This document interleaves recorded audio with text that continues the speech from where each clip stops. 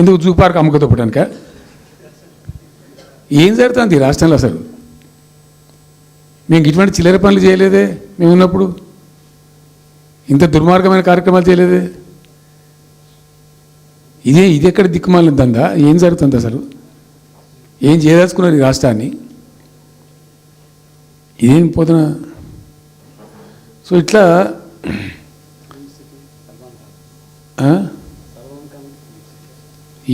అది ఏందో నేను ఒక్కటే మాట్లాడుతున్నానండి. బిజినెస్ మీట్ పెడతాం, ఎంఓఈలు చేసుకుంటాం, ఏ ప్రభుత్వం చేయాల్సిందే.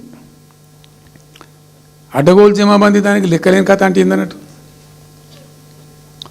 ఒక హైప్ క్రియేట్ చేసుడు, దీనికి ఆచుడు, దీనికి గురువు చంద్రబాబు నాయుడు. ఇప్పుడు చంద్రబాబు నాయుడు చెప్పిన లెక్కల బిజినెస్ వచ్చేది ఉంటే, ఎంఓఈలు సక్సెస్ అయ్యేది ఉంటే ఆంధ్రప్రదేశ్లో ఈ పాటికి 20 లక్షల కోట్లు వచ్చి ఉండాలి. ఆయన ఫస్ట్ టైం అలా సీఎం ఉన్నప్పుడు ఆ ఊళ్ళో పెట్టే కదా, వైజాగ్లో, అమరావతిలో కదా, వైజాగ్లో పెట్టిండు. వైజాగ్లో ఎవరు వెళ్ళి ఎంఓఈలు చేసిన వాళ్ళంటే వంట మనుషులు అని చెప్పిండ్రు. ఆ స్టార్ హోటల్లో ఉండే బయట వంట మనుషులు, వాడు ఎవడ సప్లై చేసేటోళ్ళు, వాడు వచ్చి కూర్చోపోయి సంతకం పెట్టే పెట్టిండు వాడు పాపం. అవునా అంటే పాపులర్ అయింది అది. ఇప్పుడు మరి ఎక్కడ ఆ పెట్టుబడులన్నీ ఎక్కడ చెప్పండి? ఆఖరికి 10,000 కోట్లు అన్న రావాలి, 15 లక్షల కోట్లు, 6 లక్షల కోట్లు, 8 లక్షల కోట్లు.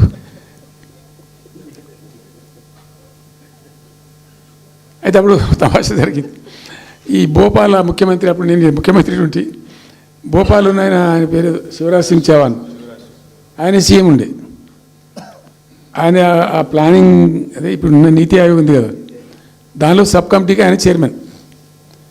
నేను భోపాల్లో పెడతా బాయ్ సాబ్ జర వచ్చిపోను ఖచ్చితంగా ఊగా బతిమాలితే ఫోన్ల మీద ఫోన్లు చేస్తే ఏం భోపాల్ లేవా మీరు చూసుకొని అంటే, లేదు సార్ నువ్వు తప్పకుండా రావాలంటే సరే అని పోయినండి.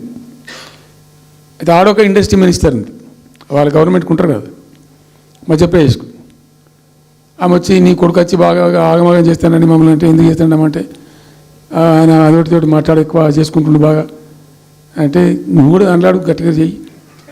ఆమె వసుంధర రాజే చెల్లెలు, ఆమె పేరు యశోధర రాజేనా ఏదో అన్నది.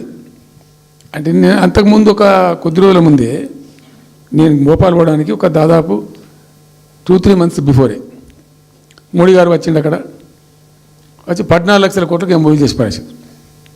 ఇది మధ్యప్రదేశ్ గవర్నమెంట్.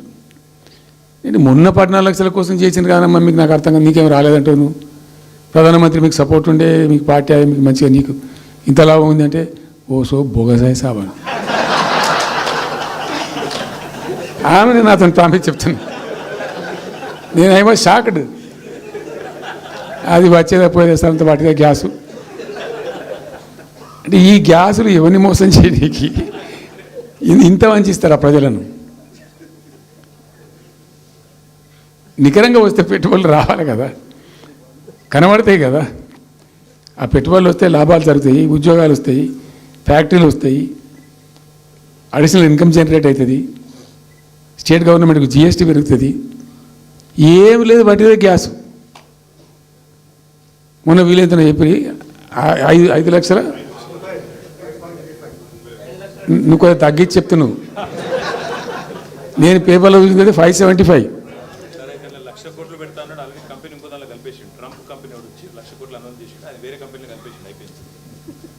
ఇట్లా ఇది ఏమి ట్రంప్ ఓడికి గింపి ఇదంతా ఏం పంచాయతీ? ఇట్లా ఈ మోసాలు చేసి ప్రజలను ఎంతకాలం పంచిస్తారు? రియల్గా కాంక్రీట్ టర్మ్స్లో రియల్గా రావాలి, కృషి చేస్తే నిజంగా తండ్రాడాలి. మా గవర్నమెంట్ వచ్చిన నాడు హైదరాబాద్ నుంచి సాఫ్ట్వేర్ ఎక్స్పోర్ట్స్ 57,000 కోట్లు ఉండేనండి. మేము దాన్ని 2,47,000 దాకా తీసుకుపోయినాం. స్టెప్ అప్ చేసుకుంటూ వాటిని నరికితే గాలిలో మాటలు చెప్తే వస్తాయా? మేము బిజినెస్ మీట్లు పెట్టలే, కాంక్లేవ్లు పెట్టలే, ఏమి లేదు, పరదాలు కట్టలే. బెస్ట్ పాలసీ చేస్తే ఆటోమేటిక్గా అట్రాక్ట్ అయి వస్తారు. నేను చెప్పిన అప్పుడు ఒక ఆయన ఉండే పాప, ఆయన చీఫ్ సెక్రటరీ కూడా రిటైర్ అయ్యాడు. ఆయన పేరు ఉండే మాధవరావు అల్లుడు ప్రదీప్ చంద్రకు చెప్తే ఆయన పాలసీ తయారు చేయమని చెప్తే తెప్పించండు పాపం, చాలా దేశాలకు తెప్పించండు. ఒక 50 సార్లు రిజెక్ట్ చేసిండు. ఇట్లా కాదు, నాకు కాంక్రీట్ కావాలి, ఇంకా మంచి కావాలి అని చెప్పి చాలా కష్టపడి చేసిండు. I must appreciate him. The best policy was brought in. తెచ్చిన తర్వాత కూడా ఎట్లుంటుందంటే, ఒక కంపెనీ వాడు వచ్చిండు, ఫాక్స్కాన్, ఆ మహారాష్ట్రలో కొట్టుకుపోయింది. ఫాక్స్కాన్ అనే కంపెనీ చాలా పెద్ద కంపెనీ వాస్తవానికి. ఇదేవి తయారు చేస్తారు, ఈ సెల్ ఫోన్లు ఇవన్నీ ఎలక్ట్రానిక్స్లో ఉన్నాడు. చాలామంది ఉమెన్కి ఎంప్లాయ్మెంట్ దొరుకుతుంది దాంట్లో, వేల మందికి.